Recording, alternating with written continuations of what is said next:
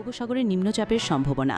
আলিপুর আবহাওয়া অফিস সূত্রে খবর, আজ এবং কাল দক্ষিণ 24 পরগনা জেলাসহ বেশ কয়েকটি জেলায় বঙ্গোপসাগরে নিম্নচাপের জেরে ভারী বৃষ্টির সম্ভাবনা রয়েছে। গঙ্গাসাগর, পাথর প্রতিমা, কাকদ্বীপ, ফ্রেজরগঞ্জ সহ সুন্দরবনের বিভিন্ন জায়গায় প্রশাসনের তরফ থেকে চলছে মাইকিং। মৎস্যজীবীদের মৎস্য শিকারের ওপর নিষেধাজ্ঞা জারি করা হয়েছে মৎস্য দপ্তরের তরফ থেকে।